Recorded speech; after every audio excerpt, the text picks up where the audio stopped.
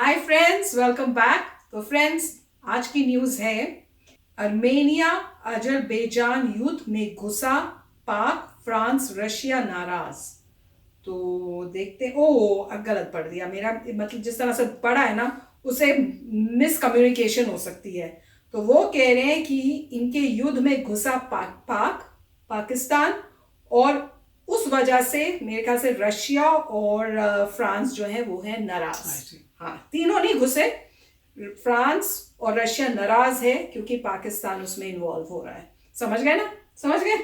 चलो बढ़िया है। पाकिस्तान घुसा, दुनिया परेशान होगी, बस ये है हाँ, कि पाकिस्तान हेल्प कर रहा है उस तो बखेड़े अच्छी में। बात है, अच्छी बात है कि बाकी कंट्रीज अब गुस्से में आ रही है, नाराज हो रही हैं।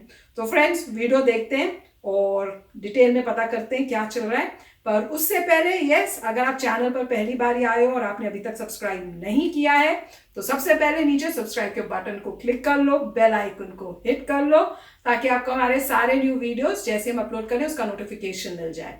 एंड यस फ्रेंड्स, वीडियो देखने के बाद अगर पसंद आए तो कर देना लाइक और शेयर करना ये वीडियो अपने फ्रेंड्स और फैमिली के साथ। तो चलो फ्रेंड्स, स्टार्ट करते हैं आज का ये वीडियो। नमस्कार दोस्तों, स्वागत है आपका हिंदी नॉलेज शो में। तो दोस्तों, अब से 3 दिन पहले मैंने आपको एक वीडियो बनाकर बताया था कि पाकिस्तान की तरफ से कहा जा रहा है कि वो अर्मेनिया और अजरबैजान युद्ध में कूद सकता है अजरबैजान के समर्थन में। इसमें कई कारण बताए जा रहे थे, जिसमें एक था धर्म का भी। अजरबैजान को पाकिस्तान कई सालों से सपोर्ट करता है, यहां तक कि अर्मेनिया को पाकिस्तान एक देश भी नहीं मानता।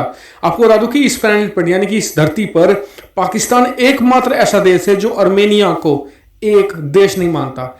उसके उलट तुर्की हो चाहे अजरबैजान हो, भले ही दोनों कट्टर दुश्मन हो अर्मेनिया के, लेकिन ये डिप्लोमेटिक संबंध रखते हैं अर्मेनिया के साथ में। लेकिन पाकिस्तान अपने आकाओं के सपोर्ट में इतना ज्यादा अंधा है कि वो ऐसे ऐसे स्टेप लेता है, पहले इजराइल के और अब अर्मेनिया के। यहां पर कहा जा रहा है कि पाकिस्तान के कुछ हजार सैनिक बताए जा रहे हैं जो गुपचुप तरीके से, यानी कि वो पाकिस्तान के झंडे तरफ नहीं लड़ रहे हैं लेकिन मुजाहिदीन बनकर एक तरीके से सपोर्ट कर रहे हैं जो अजरबैजान की आर्मी को अर्मेनिया के खिलाफ में। और इसका खुलासा कैसे हुआ?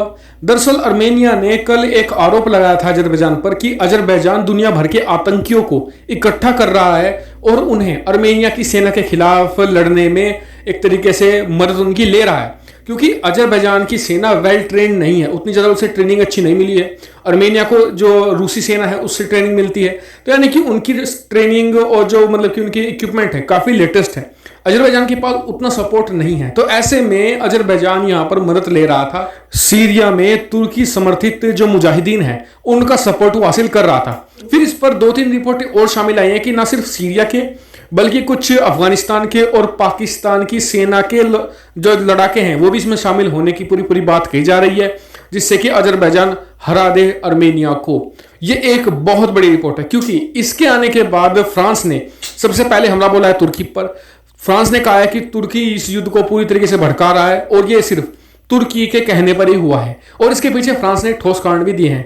दरअसल इस युद्ध से 10 दिन पहले अजरबैजान की राजधानी में बहुत ही बड़े लेवल पर प्रदर्शन हो रहे थे, ताकि सरकार पर दबाव बनाया जाए कि वो युद्ध करे अर्मेनिया के साथ और जो जो काराबाख रीजन है उसे दोबारा हासिल करे।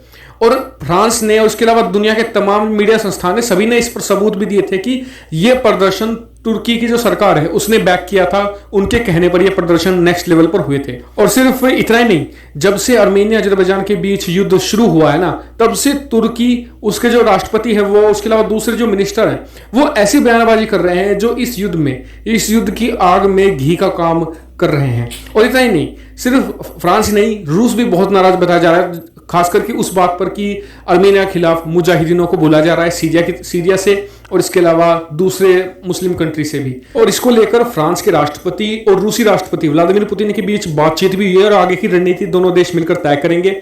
और रूस को तो बड़ा सपोर्टर माना ही जाता है अर्मेनिया का, फ्रांस भी बहुत तगड़ा सपोर्ट करता है अर्मेनिया को, क्योंकि बहुत सारे जो अर्मेनियन लोग हैं वो फ्रांस में रहते हैं। और इसके अलावा एक कारण ये भी है कि तुर्की और ग्रीस के बीच जो तनातनी है वहां पर भी फ्रांस एक तरीके से तुर्की के खिलाफ खड़ा है और ग्रीस के समर्थन में, तो यानी कि तुर्की को हर तरफ से घेरने की कोशिश कर रहा है फ्रांस भी।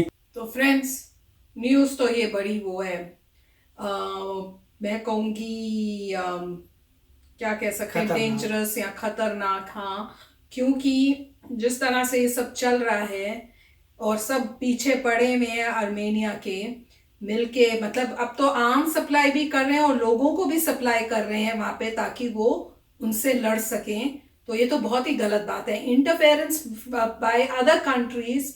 व्हेन दो कंट्रीज लड़ रही हैं या उनके बीच में कोई कॉन्फ्लिक्ट हो रहा है, आप वहां से अपना लोगों को भेजो या वेपनरी भेजो, अनएक्सेप्टेबल है, अगेंस्ट मैं कहूंगी डिकोडम होगी जो रूल्स बनाए गए हैं। तो ये बहुत अच्छी बात है कि फ्रांस और रशिया जो है वो अपना नाराजगी जो है वो शो कर रहे हैं, करनी भी चाहिए, नहीं तो ये आगे बढ़ते जाएंगे। और मेरे ख्याल से खाली नाराजगी नहीं, कोई एक स्ट्रॉन्ग स्टेप्स भी लेने चाहिए ताकि इनको कर्व कर सके, इनको स्टॉप कर सके और आगे बढ़ने से, क्योंकि ये बहुत ही गलत बात है। और देखो तो एक सारे लोग इकट्ठे मिलके एक जो कंट्री है उसके पीछे पड़े हुए हैं और टेररिस्ट को भेज भेज के वो काम कर रहे हैं। तो बिल्कुल गलत बात है, ये तो अनएथिकल है, मैं तो ये कहूंगी। पर देखते हैं अब आगे न्यूज क्या होती है। पर ये अच्छी बात है कि ये न्यूज जो है अब सामने आ रही है, क्योंकि अगर ये छुप छुप के हो रही होती और दुनिया को नहीं पता चल रहा होता तो फायदा उठा सकते थे, पर अब तो ये सबके सामने आ गई है। राइट। सो मेरे ख्याल से कंट्रीज को, अजरबैजान को हेल्प नहीं करना चाहिए, क्योंकि फिर क्या आप इंटरफेरेंस कर रहे हैं। और मेरे को समझ नहीं आता, क्या इनको दिख नहीं रहा कि आर्मीनिया के साथ जो है यूएस भी है और फ्रांस भी है और रशिया भी है, तो बचा कौन? जब यूएस है, फ्रांस है, रशिया है, जितने strongest countries in the world जो हैं आर्मीनिया के साथ हैं, तो आपका दखल अंदाजी देने का मतलब ही नहीं बनता। आप क्या अचीव करेंगे? आप अजरबैजान को हेल्प करेंगे, वहाँ से यूएस हेल्प करता है, रशिया हेल्प करता है, फ्रांस हेल्प करता है, सारा वेस्ट हेल्प करता है, तो हो गया। फिर तो पूरा मतलब बहुत बड़ा फाइट शुरू हो जाएगी और अजरबैजान पूरा ही हार जाएगा। साथ में पाकिस्तान का हेल्प कर रहा है, पाकिस्तान को प्रॉब्लम आएगी, टर्की हेल्प कर रहा है, टर्की की प्रॉब्लम आएगी। तो पहले देखना चाहिए ना कि पहले उनके एलाई कौन हैं। जब आर्मीनिया कितने स्ट्रॉन्ग एलाई हैं, मतलब ही नहीं बढ़ता फाइट करने का। बट देखते हैं अभी आगे क्या होता है। बट ये अच्छी न्यूज़ है मेरे ख्याल से। इसमें जो है कोई मिस कैलकुलेशन लग रही है, क्योंकि जैसे हम साधारण इंसान जब देख रहे हैं, हम तो यही कहेंगे, देखिए आपके आर्मीनिया के इतने बड़े बड़े एलाइज हैं, बोथ जो सुपर पावर्स जो हैं, राइट, यूएसए और रशिया दोनों सुपर पावर्स, साथ में फ्रांस भी है, वो उसके पास न्यूक्लियर वेपन्स है, ये सारे के सारे आर्मीनिया के साथ हैं। फिर आप क्यों लड़ना चाहते हैं? आप कभी जीत नहीं सकते। वो होता है ना, जब वो आप नहीं जीत सकते। क्या बोलते हैं, मति जब भ्रष्ट हो जाती है, जो भी है, मतलब अगर आप लड़ रहे हैं तो आप रॉन्ग डिसीजन ले रहे हैं। टर्की क्या है आपको पता ही है, टर्की जो है छोटा सा देश है, जीडीपी में कम है इंडिया से काफ़ी।